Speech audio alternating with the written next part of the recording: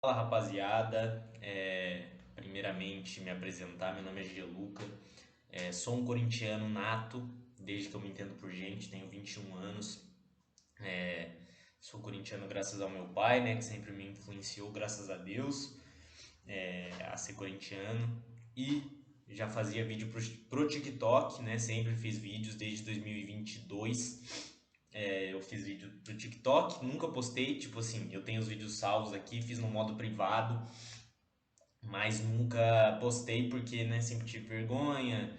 TikTok também, né, sei lá, eu tinha vergonha também, tinha um pouco de receio, falava muito palavrão, tinha uma linguagem mais que eu acho que não seria tão bem aceita, então eu nunca postei. Agora eu vou postar esse vídeo no YouTube, sem edição mesmo, até porque eu nem sei fazer isso com toda a sinceridade do mundo aqui eu tô falando.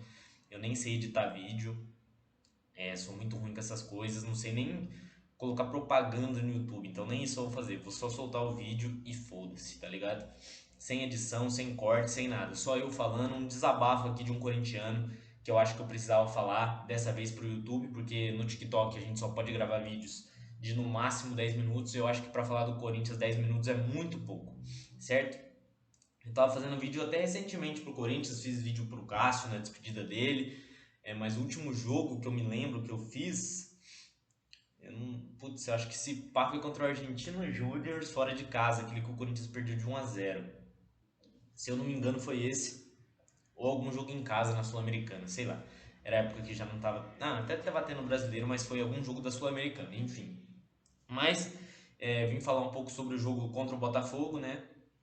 Sobre o cenário atual do Corinthians e tudo aí que tá rodeando o nosso clube, que parece não sair da crise nunca, né? Parece que a crise nunca vai embora do Corinthians. Primeira coisa, desculpa outra coisa também, já vou me adiantar aqui. Eu não sei se eu tô olhando pra tela, mas eu acho que eu devia estar olhando pra cá, pro visor aqui, pra estar olhando pra vocês. Peço perdão, vou começar a olhar pra Luizinha agora, beleza? Enfim, falando sobre a situação do Corinthians, tá claro para todo mundo, né, que o Corinthians vive um desastre tanto dentro quanto fora de campo. A situação política do clube é um caos, né, nos últimos anos aí já era péssimo e agora com a queda da renovação e transparência, graças a Deus, essa é a primeira coisa que a gente tem que falar aqui. A renovação e transparência cair foi uma benção. E quem achava bom renovação e transparência não é corintiano. Desculpa, essa opinião minha é inegociável. Pode vir um cara super a favor. Eita, pitou alguma coisa aqui. Super a favor da renovação e transparência. Desculpa, eu não acredito em você. Eu acho que foi o maior câncer da história do Corinthians, se chama renovação e transparência, que ficaram 16 anos no poder, roubando o Esporte Clube Corinthians Paulista e afundando um dos maiores clubes do mundo.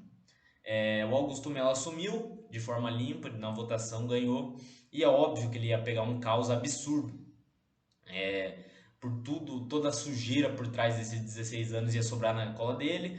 O próprio ex-presidente, o pior de todos, chamado André Sanches, disse que seria um caos se o Augusto assumisse, é óbvio, porque ele sabia que seria um caos, porque o caos já estava deixado há muito tempo. E se fosse o outro candidato, que é até vergonhoso citar o nome dele, o caos ia continuar porque eles iam enfiar tudo debaixo do tapete. E o Augusto agora está abrindo uma caixa de marimbondo por dia e tendo que se virar, o clube totalmente falido, sem dinheiro, com uma dívida bilionária de mais de 2 bilhões de reais. Sim, o Corinthians, que fatura 1 bilhão de reais por ano, deve mais de 2 e não consegue pagar. Eu nunca vi uma dívida inegociável que não diminui, passam-se anos e anos. O último presidente, que também era terrível, um dos piores, concorre muito fortemente para ser o pior da história, disse que estava ajeitando as contas, que não ia ganhar título para ajeitar as contas. Vocês se lembram disso, né? Eu me lembro muito claramente. E ele não ajeitou contas e muito menos ganhou título.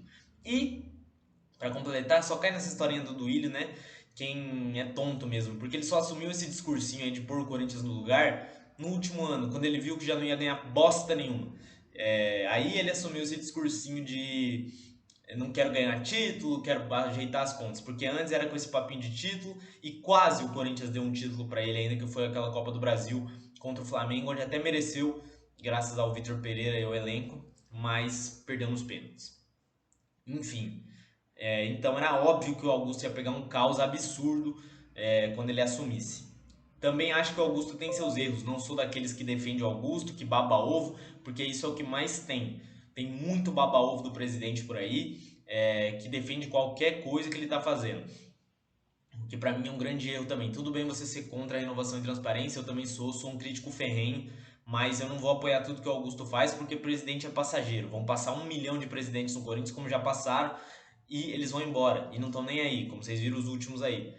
E quem fica é a gente. Então a gente não pode se apegar, chamar de Augusto de Salvador, porque ele não é salvador de bosta nenhuma, com todo respeito. Acho que o Augusto merecia ganhar, votaria nele se tivesse a chance, se fosse aberto para o fiel torcedor, mas não acho que ele é o salvador da pátria. Desculpa. Outra coisa, continuando, né, na verdade. Acho que o Augusto comete muitos erros, sim, mas ele fez o que era necessário nesse primeiro momento, que era uma reformulação no elenco. Mandou embora jogadores que não estavam mais produzindo em campo e estavam jogando com nome e com um salário gigantesco, certo?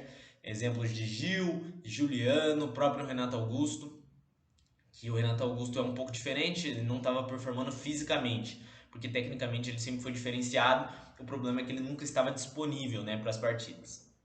Então acho que a decisão sim foi certa de mandar todos embora, e muita gente foi embora, inclusive até o Cássio mais recentemente, esse eu discordo, acho que deveria ter ficado, mas o Cássio mesmo quis sair, né, ele deixou mais que claro que o ciclo dele tinha se encerrado, que ele queria ir embora, que a pressão estava toda em cima dele e ele quis ir embora. Agora, recentemente, o Paulinho foi embora também, o último da geração 2012, que eu acho sim que precisava ser encerrada, como eu disse. Eu sou a favor da reformulação, acho que devia ser feita. E a geração 2012 tem que ficar na história, mano. Guarda aquele time pra história. Não tem que ficar dando cargo executivo no clube. Acho que nenhum jogador de 2012 deveria ter cargo no time, no clube atualmente. Acho que nenhum jogador de 2012 devia estar jogando em 2024, afinal faz 12 anos, né, que a gente ganhou a Libertadores e o Mundial. Então chega a hora que esse ciclo se encerra em todos os clubes e a reformulação era necessária. Acho sim que foi uma reformulação drástica, porém necessária. Separem as coisas. Drástica, porém necessária. E o Augusto contratou muitos jogadores, alguns muito bons, outros péssimos. E eu não vou passar pano, porque eu não passo pano para presidente. Eu tenho que cobrar e ele tem que ser cobrado pelas ações dele no clube. Contratação do Pedro Raul, inexplicável. Desculpa. Você tinha atacantes, centroavantes muito mais baratos e que valiam muito mais a pena. O Pedro Raul tá em uma fase desde o Vasco. Ele jogou bem no Goiás em 2022. Depois ele foi pro Vasco, fez um ano patético, até a metade do ano, onde o Vasco teve que emprestar e vender pro Toluca. Conseguiu vender ainda, e o Toluca foi mais esperto ainda, que viu o Pedro Raul. Ele não jogou nada no México e trouxeram pro Corinthians. E o Toluca cobrou 5 milhões de dólares, 25 milhões de reais, e o Corinthians comprou o Pedro Raul. Sendo que na mesma época, o Mastriani, do América Mineiro, que tinha sido um dos artilheiros do Campeonato Brasileiro, estava livre e era muito mais barato. E estava disponível e seria um ótimo reserva para o Yuri Alberto, inclusive disputaria posição para ser titular. Só um exemplo de centroavante que o Corinthians poderia ter contratado, ao invés de ter torrado a bagatela de 5 milhões de dólares no Pedro Raul, que é mais modelo do que jogador. Com todo respeito, ele não é culpado, ele não tem culpa do preço que pagaram nele, mas se o Corinthians tem um scout, se orgulha tanto de ter o Cifute, o Thiago Gasparino tá lá monitorando as contratações, ele não pode aprovar o Pedro Raul por 5 anos de contrato, 5 anos de contrato por 5 milhões de dólares. Vocês estão de brincadeira com o Corinthians, porra. Porra, não dá pra defender, meu Deus do céu. Aí o defensor do Augusto vai lá falar: ah, mas a inovação e transparência, a gente contratava muito pior. Eu sei, a gente contratou Jonatas Cafu, a gente contratou aquele Jonatas, centroavante horrível, tinha o Roger. Meu Deus do céu, se eu for citar aqui as contratações da renovação e transparência, eu choro de desespero. Camacho, Richard, Otero, Casares, só pra citar alguns.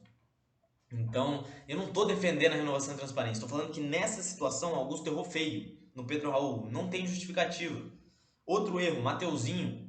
Desculpa, cara. Desculpa, o Mateuzinho é corintiano. E eu vejo que tem muito influenciadorzinho que tá passando pano pra ele por ser amigo.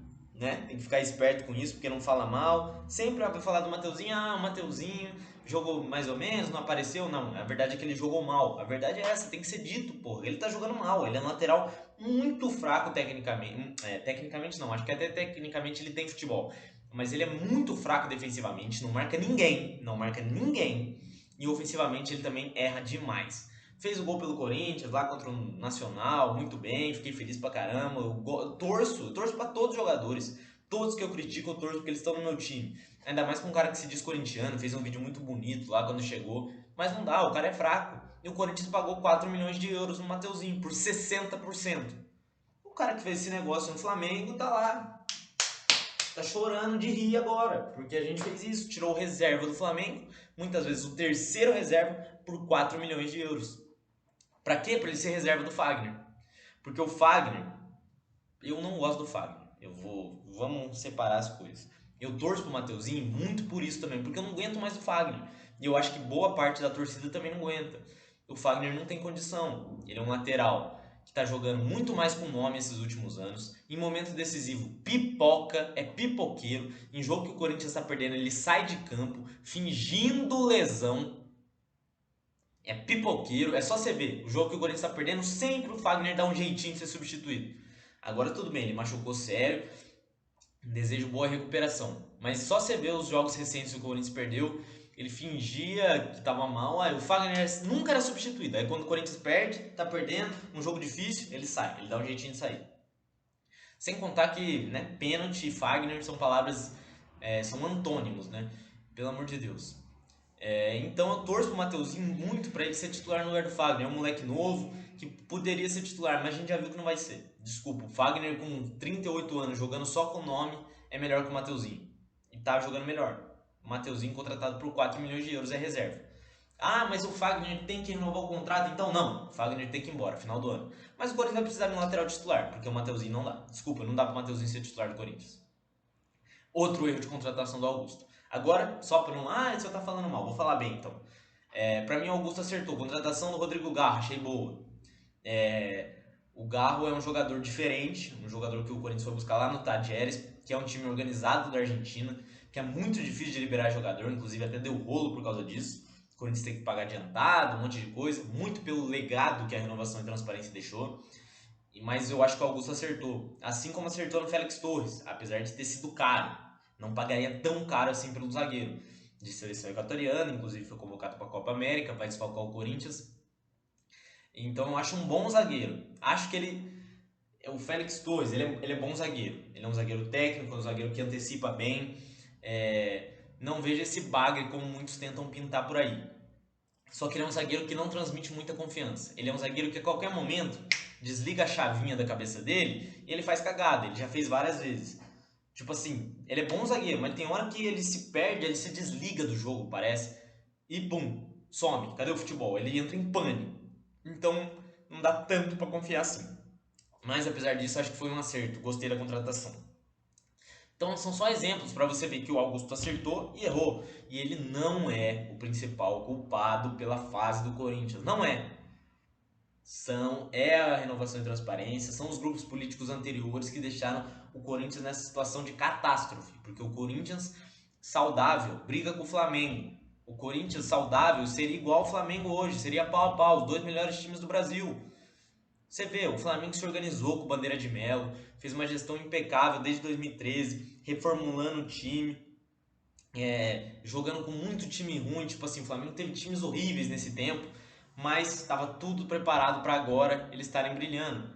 Só que o Corinthians está jogando com times horríveis agora e vai continuar jogando com times horríveis por muito tempo. Porque desculpa, eu não vejo cenário de mudança. Eu não vejo. Eu vejo o Corinthians, assim, pela grandeza, pode disputar um título ou outro, como disputou a Copa do Brasil 2022, mas eu não vejo o Corinthians sendo constante, como o Flamengo e como o Palmeiras.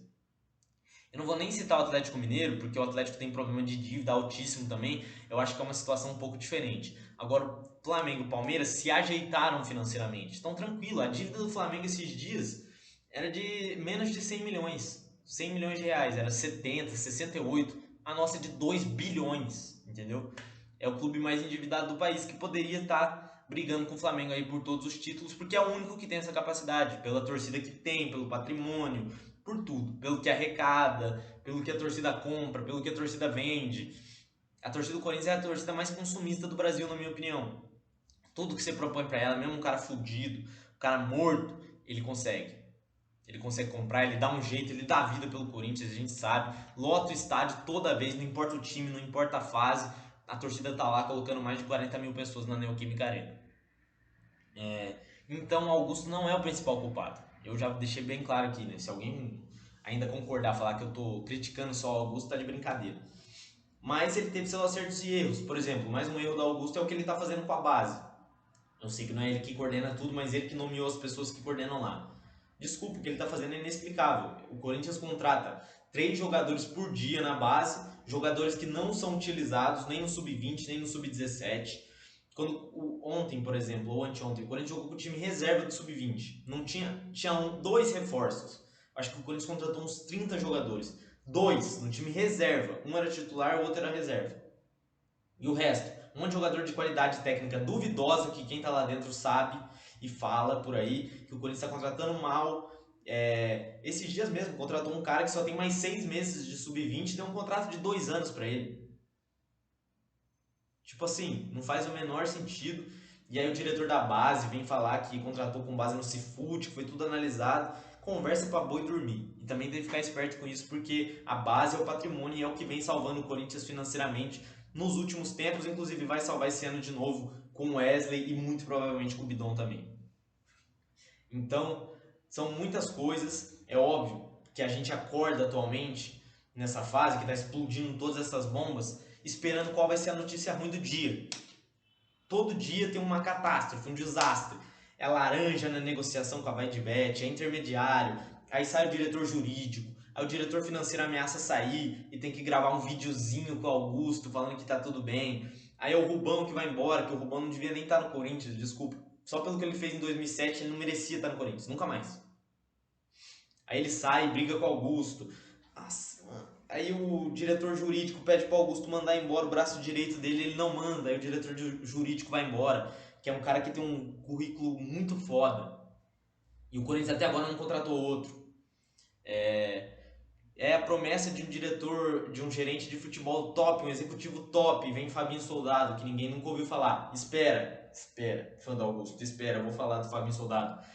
Surpreendeu, na minha opinião. É um cara que, pelo que todo mundo fala, tem um relacionamento bom com todo mundo. Ele é mais na dele, mais quietão, mas tem um relacionamento bom com todo mundo. Mas não foi isso que foi prometido. Foi prometido o Rodrigo Caetano. Foi para a seleção. Acho que até por isso o Corinthians recuou em relação a ele. É um Paulo Pelaipe, um Alexandre Matos, um cara de renome. Não foi feito. Mais uma quebra ali. Então são coisas que vão desgastando. São coisas que o Augusto disse na campanha que ele não está cumprindo. Por exemplo, não vai ter coleguismo. Tá tendo. A gente sabe que tá tendo. Não adianta ele vir negar. Ele já mudou o discurso, porque antes era amigo meu. Pode pegar todos os lugares que ele foi antes de ser eleito. Amigo meu é da porta para fora do CT. Eu não quero amigo meu, porque depois tudo sobra pro presidente. Certo? Hoje em dia, vai ver o discurso dele. Ele fala assim: se o cara for amigo meu, mas for competente, ele trabalha comigo. Já mudou totalmente. Prometeu pessoas técnicas. Ele sempre fala, pessoas técnicas. Cadê pessoas técnicas? Desculpa, não tem pessoas técnicas. Nem na base, nem no profissional. Tá difícil, cara. O Fabinho é o único que se salva ali, pelo que eu tô conhecendo. Aí sai diretor jurídico, é uma bagunça, entendeu? Tá difícil, cara, tá difícil. Mas agora vamos para dentro do campo. Vamos falar da situação recente. Eu não quero falar de Mano Menezes, Matias Rojas, pelo amor de Deus. Quero falar do que tá acontecendo agora. Antônio Oliveira, vamos falar do técnico, vamos falar do Antônio Oliveira. É um técnico que eu até gravei no TikTok aqui, se alguém tiver dúvidas eu posso provar que eu falei que é um técnico que não me enche os olhos. Tipo assim, é um técnico que não me agrada tanto taticamente. Eu acho que é um cara que insiste muito em um sistema só, que é o 4-1-4-1, ele gosta muito, e não tem problema, mas eu acho que ele às vezes sobrepõe as qualidades que o elenco tem para fazer esse esquema jogar, sacrificando alguns jogadores, mexendo mal. Então ele é um cara que insiste muito em uma formação tática. Aí você pode falar para mim, caramba, mas o Corinthians classificou na Copa do Brasil, passou em primeiro do grupo da Sul-Americana, com resultados muito bons, sim. Eu acho que a gente tem que comemorar sempre. As vitórias são feitas para serem comemoradas. Mas é sempre bom a gente olhar quem o Corinthians venceu e de quem o Corinthians não está conseguindo vencer. O Corinthians contra adversários da Série A esse ano, Série A do Campeonato Brasileiro, venceu um jogo. Um jogo que foi contra o Fluminense. O Corinthians, no Brasileirão, que é o campeonato mais difícil, que é o campeonato onde a gente enfrentou times de nível bom ou até mediano, o Corinthians em 7 rodadas, escuta bem o que eu tô falando, em 7 rodadas, o Corinthians não fez gol em 6. O Corinthians fez gol em um jogo, na única vitória, 3-0 contra o Fluminense, que tá numa fase terrível, mas não quero falar do Fluminense, mas tá numa fase péssima. E o Corinthians fez 3-0 só. O Corinthians não fez gol contra o Atlético Mineiro e empatou com um a mais dentro de casa. O Corinthians perdeu pro Juventude fora de 2-0. O Juventude, que é um time fraco tecnicamente, onde o Corinthians fez uma das piores partidas do ano. O Corinthians perdeu pro Flamengo, eu não tô falando em ordem, tá? O Corinthians perdeu pro Flamengo no Maracanã, resultado previsível, porque o Corinthians virou isso aí. O Corinthians perdeu pro Botafogo em casa, 1-0. Já vou falar mais especificamente desse jogo. Qual mais? O Corinthians empatou em 0-0 com o Fortaleza. Jogou bem. Esse jogo o Corinthians jogou bem contra o time reserva do Fortaleza em casa e não conseguiu fazer o gol. O Corinthians ganhou do Fluminense e mais um jogo, eu tô esquecendo, que o Corinthians perdeu pro Bragantino fora de casa, 1-0, onde jogou pessimamente também. Então, no campeonato que importa, não que importa, a Copa do Brasil não importa, mas com quem o Corinthians jogou na Copa do Brasil? O Cianorte, São Bernardo, esse sim um jogo difícil, mas era contra o São Bernardo, desculpa, o Corinthians ganhou, jogou bem, e América de Natal, que o Corinthians jogou mal, diga-se de passagem. O Corinthians fez um primeiro jogo ruim, onde foi muito pressionado pelo América e fez um jogo péssimo, mas conseguiu ganhar. E um jogo de volta, onde tinha tudo para ganhar bem e tranquilo, jogou mal também no jogo de volta. Deixou o América vivo com 1-1, se tomasse o 2-1 era pênaltis. E fez um gol no final do jogo, aos 90, uma cagada monumental. O gol do Kaká lá desviado, enfim. Jogou mal os 2 jogos contra um time de Série D. Tá? O Corinthians ganhou de 2-1, apertado, do América de Natal. Com todo o respeito ao América de Natal, mas é um time de Série D contra o Corinthians. E o Corinthians não conseguiu vencer. Quer dizer, conseguiu vencer, mas no sufoco. Mas na Sul-Americana o Corinthians está em primeiro. Primeiro que a Sul-Americana é a Série B da Libertadores. Isso aí não tem o que discutir. E é a realidade do Corinthians, tá bom? O Corinthians não tem time e ia passar vergonha na Libertadores, como passou ano passado, sendo eliminado na fase de grupos. Mas olha o grupo do Corinthians, cara. É o Racing. Aí você fala, o Racing da Argentina é um time forte. Mas não é o da Argentina, é o do Uruguai, que ninguém conhece. É o Argentino Júnior, que jogou com o time reserva lá na Argentina contra a gente e ganhou. O Argentino Júnior ganhou do Corinthians com o time reserva, onde o Corinthians não deu um chute no gol. Se deu 2, foi muito. E o Nacional do Paraguai, que pelo amor de Deus, mano, um time de... Não dá nem pra falar o que eu pensei sobre o time do Nacional do Paraguai. O Corinthians amassou, beleza, fez 4-0 em casa contra o Nacional do Paraguai. Obrigação. O Corinthians fez 4-0 contra o Mistão do Argentino Júnior. Obrigação. Os gols, vai ver os gols do Corinthians contra o Argentino Júnior. Vai ver. É só entregada. O Argentino Júnior jogou de sacanagem esse jogo, não é possível. E ganhou do Racing de 3-0, aí sim, talvez no melhor jogo nosso do ano, mas contra o Racing do Uruguai. O Racing genérico. Aí todo mundo, mas você tá criticando até quando ganha, não. As vitórias são feitas para serem comemoradas, como eu disse aqui. Eu fiquei feliz pra caramba contra o Racing aqui mesmo. Eu fiquei feliz pra caramba, comemorei, vibrei com o gol do Coronado, um golaço do Garro também. Mas olha os adversários.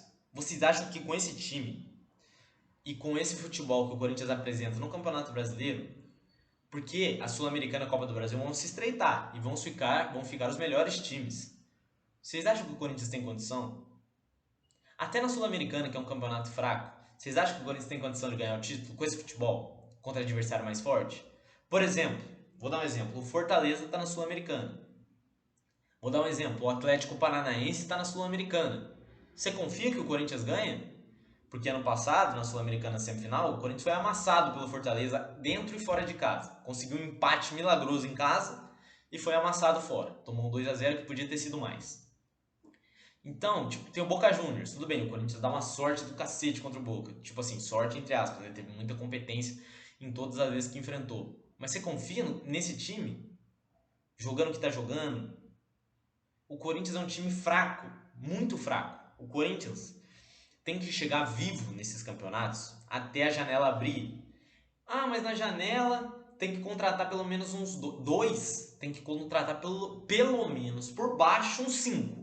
Uns cinco para o time ficar mais ou menos. Para o time ficar top. Top não dá para ficar. Para o time ficar bom, para disputar uns 10. Eu não estou exagerando. Agora vai. Ah, é o pessimista. Não é assim que funciona. Desculpa. Para esse time ficar bom, tem que contratar uns 10. 10.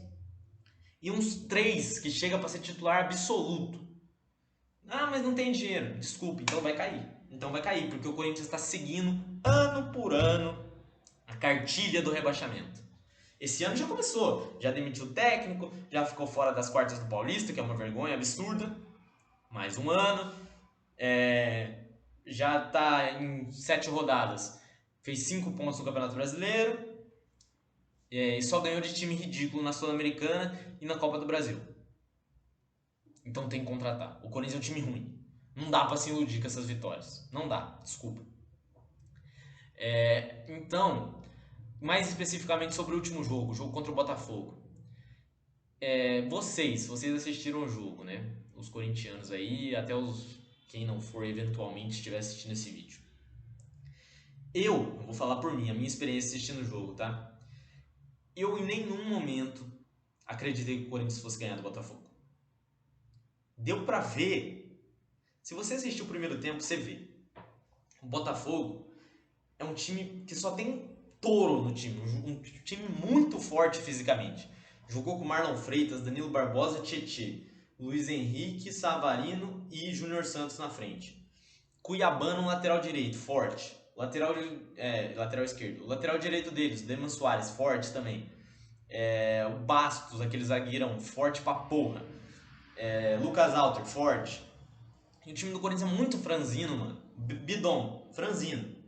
Coronado, franzino. Garro, ele briga, mas tipo assim, perto desse time do Botafogo, foi engolido. Fez um jogo horrível o Garro. Wesley, um engolido. O Wesley foi o pior em campo. Foi o pior em campo. Não acho que ele é o problema, não acho que ele é um jogador comum. Acho o Wesley diferente. Acho que ele vai ser vendido aí, provavelmente vai bater a venda mais cara da história do Corinthians. Mas é nítido que nesse jogo, que é pro craque mesmo, o craque que chama a responsa nesse jogo, e ele foi mal, não jogou bem. Mas ele nos deu os únicos 3 pontos no campeonato. A única vitória tá nas costas do moleque, beleza? Contra o Fluminense. Ele arranjou 2 golaços lá, que ninguém do time faria, só ele. Então acho que ele é um jogador diferenciado e que, se Deus quiser, vai ser vendido muito bem para salvar as nossas contas, pelo menos esse ano. Mas é um moleque franzino que jogou mal. Yuri Alberto. Tipo assim, eu sou um dos maiores defensores do Yuri Alberto. Acho que ele é um moleque novo, acho que ele tem potencial, acho que ele precisa de confiança para jogar. Ano passado, sim, como todo mundo, eu perdi a paciência com ele em uma época. Eu perdi totalmente a paciência com ele, já estava me irritando. Esse ano ele tem 12 gols no ano, beleza. 12 gols no ano é uma boa marca. No passado, no total, ele fez 15. Esse ano estamos na metade, ele já fez 12. Isso tem que ser valorizado. Ano passado, esse ano ele melhorou muito em relação ao ano passado, muito. Dito isso, no Brasileiro, quantos gols? Nenhum. Nenhum. Ele quase arranjou um golaço contra o Botafogo. Quase arranjou. A bola pegou na trave, o João fez um milagre para pegar. Mas eu entendo quem cobra o Yuri Alberto e eu acho que ele tem que ser muito cobrado. Sabe por quê? Porque se ele fosse tudo isso, mas não fosse, mais ganhasse 400 mil por mês, acho que estaria justo ele jogar esse futebol por 400 mil, por 300 mil. Mas ele ganha mais de 2 milhões. Você não ouviu errado, não. Eu queria que fosse, mas não é. Ele ganha mais de 2 milhões de reais por mês. Um cara que ganha mais de 2 milhões de reais por mês, ele tem que ser cobrado como um cara que ganha mais de 2 milhões por mês. Sabe quem ganha mais de 2 milhões por mês no Brasil? Arrascaeta. Eu nem sei, tá? Dudu, do Palmeiras, o Pedro, do Flamengo. Esses caras merecem mais de 2 milhões por mês. Eu acho que alguns deles nem ganham isso. Quem mais? Deixa eu ver, mais de 2 milhões. Arrascaeta, Pedro, o Gabigol, que ganha, o Dudu, do Palmeiras, o Hulk, o Paulinho, do Galo. Esses caras. O Borré, do Inter, talvez. Então eles têm que ser cobrados como jogadores que ganham 2 milhões por mês. E o que o jogador que ganha mais de 2 milhões por mês faz? Ele decide. Ele é diferente, ele é diferenciado, ele entra em campo para decidir. E não é o que o Roberto faz. Faz tempo. Ou tipo assim, um jogo mata-mata, um jogo que estava enroscado e o Roberto decidiu. É difícil achar nesses últimos tempos. Ele decidiu contra o Atlético Goianiense lá na Copa do Brasil, onde ele marcou 3 gols. Foi decisivo, muito decisivo. Mas tipo assim, é pouco, é muito pouco para um cara que ganha 2 milhões. Esse ano ele tá fazendo gol, tá fazendo, eu torço pra ele, eu acho ele um moleque muito do bem. Acho que ele é um moleque que se identificou com a torcida, mesmo nas críticas ele continua ali. Muitos no lugar dele já teriam pedido pra sair, já teriam feito corpo mole. Eu acho que ele é um moleque que trabalha demais. Mas ele ganha 2 milhões por mês. Ele tem que jogar e ele tem que decidir tal qual o seu salário. Juntamente com o Coronado, que ganha mais de 2 milhões por mês também. É um jogador diferente com a bola no pé. Você dá pra ver. Ver o Coronado jogando, ele é um cara que tem um toque diferente, faz passes diferenciados, tem jogada de efeito, é um jogador tecnicamente assim, acima da média. Pro Brasil, então, muito, muito acima. E eu não culpo ele, o cara ficou doente. O cara nunca jogou no Brasil. O cara teve dengue, que é uma doença filha da mãe. O cara machucou depois. Então, tipo assim, eu entendo, ele ainda tá se adaptando, não dá pra cobrar ele já tá aqui. Não dá pra cobrar ele igual cobra o Yuri Alberto, que já tá aqui faz muito tempo. Então, mas quando ele tiver em campo, a gente sempre espera que ele vai decidir. Pelo preço que foi pago. Eu não pagaria nunca 2 milhões pro Coronado. Eu acho que 1 milhão, estourando pro Coronado, estava bem pago. 2 milhões é uma loucura, na minha opinião. Mais um erro aí da gestão do Augusto. Então a gente espera que um jogador de 2 milhões decida. E contra o Racing, ele decidiu. O Corinthians precisava ser primeiro do grupo. Ele jogou, foi o melhor em campo, disparado, fez um golaço. Beleza, decidiu. No Brasileiro ele precisa fazer isso também. E eu não tô cobrando ele ainda. Ainda não tô chegando no nível de cobrar. Mas sempre eu vou pesar a mão pro cara que ganha mais. Pro cara que ganha 2 milhões, ele tem que decidir. Por isso eu peso a mão no Roberto e peso a mão no Coronado. Porque são os maiores salários do time. Certo? Mas, para um time nível Corinthians, ainda falta muito. Tá ligado? A gente já viu times muito melhores e a gente precisa de um time muito melhor. Porque você pega o time titular. Vamos pegar um por um. Um vídeo tá gigante, mas é um desabafo, eu tô falando de tudo. Vai ter 2 views esse vídeo, então não importa. Carlos Miguel, goleiraço. Eu acho ele um goleiraço de futebol. O Carlos Miguel, não sei se ele vai ficar no Corinthians. Tem essa questão do contrato dele e tal, mas ele é um goleiraço. Aí você tem o Fagner ou o Mateuzinho.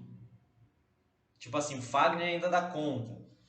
Esse ano, ele tá jogando bem. Mas não confio no Fagner, principalmente em momentos decisivos. E já, pra mim, ele já teria ido embora junto com esses caras aí no final do ano. E o Mateuzinho é fraco, já expliquei aqui o porquê várias vezes. Félix Torres, bom zagueiro, mas precisa ter mais confiança. Não pode ter esses apagões que ele tem constantemente. Aí você tem o Kaká, que é um zagueiro nota 5. O Kaká é um zagueiro correto. Contra o Botafogo ele foi um dos melhores em campo, senão o Botafogo tinha ganhado demais. Mas é um zagueiro nota 5, não é nada demais. Vive uma fase artilheira, fez 3 gols já pelo Corinthians e tal.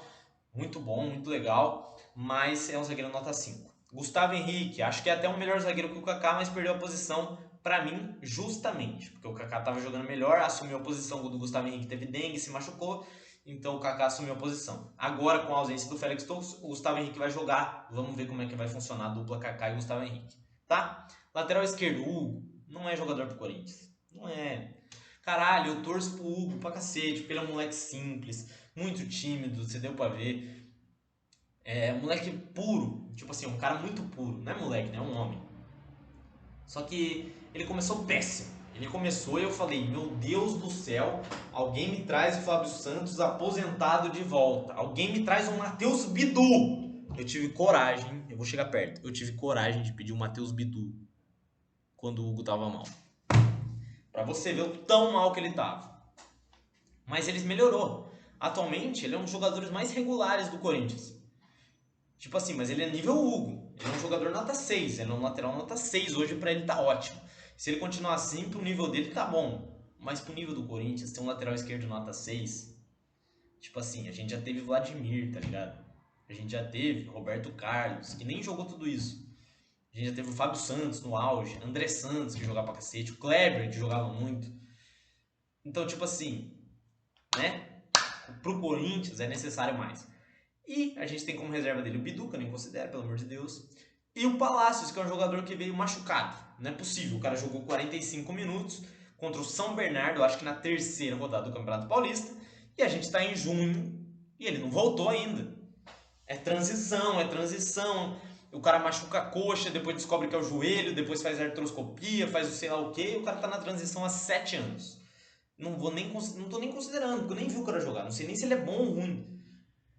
Não sei, não posso falar e ninguém pode também, porque ninguém assistiu o MLS quando ele tava lá no time. Beleza. Ranieri. Aí, ó, mais uma contratação boa do Augusto. Gostei muito da contratação do Ranieri. Ele é um volantão. O Ranieri é um volantão, tipo assim, número 5. Não dá nem pra comparar com o Ralf, pelo amor de Deus. Eu vi gente tentando comparar o Ranieri com o Ralf. Pelo amor de Deus, o que o Ralf jogou no Corinthians. Vocês estão loucos da cabeça. É muito difícil alguém chegar perto. Na geração atual, né? Porque antigamente teve. Mas na geração atual, jogar o que o Ralf jogou no Corinthians é difícil pra caralho, viu? E o Ranieri é um cara assim, marcador nato. Um cara que dá bote, dá carrinho preciso. É um cara que tem potencial para ser um dos líderes desse time. Muita gente está falando isso. O Cássio falou, o Paulinho falou nas coletivas aí de despedida. Que o Ranieri tem o perfil para ser capitão do Corinthians e futuramente eu acho que ele vai ser. Então, acerto do Augusto e muito bom jogador. Com a bola no pé, não é. A gente sabe que o Ranieri com a bola no pé não é. É um jogador fraco. Mas, marcador para a função que ele exerce ali, ele é um bom volante. Apesar que jogou pessimamente contra o Botafogo também, assim como a maioria do time. Bidon. Tecnicamente, muito bom. Acho um moleque muito promissor. Eu acho que ele vai ser vendido ali pelo nível do Moscardo. Pelo nível que ele foi vendido, assim. O Bidon tem muita qualidade. Acho que ele ainda não está pronto 100% para ser titular do Corinthians. Acho que ele é um moleque ainda muito franzino, que, tipo assim, contra times fortes fisicamente, como o Botafogo, ele desapareceu e não marca. Ele tem uma dificuldade séria de marcação e sobrecarrega o Ranieri, na minha opinião. Só que, dito tudo isso, não tem como ele não ser titular. Ele não tá pronto? Não tá, mas ele tem que ser. Porque o reserva dele é o Fausto Vera. Fausto Vera, aqui, né? Beleza, não vou nem comentar, não vou perder meu tempo. Aí o Paulinho, que você tinha um Paulinho que já saiu. Quem mais? Volante do Corinthians. O Corinthians não tem mais volante, meu. O Corinthians precisa urgentemente de um volante titular. Estão falando do Hernani lá do Parma. Por favor, mano. Se o Hernani chegar, é ótimo. Vai ser ótimo pro Bidon. Ah, mas ele vai perder a posição. O Bidon na reserva vai ter tempo. Vai entrar de vez em quando em jogos mais confortáveis para ele. E vai mostrar o futebol. Porque ele tem muito futebol. O Bidon tem muito futebol. Ele joga muito. Mas ainda eu acho que não tá pronto. O Garro, eu já falei dele. Um jogador que, quando o Corinthians cria, normalmente é só por causa dele. Ele erra muito. Força muito o jogo. Às vezes irrita.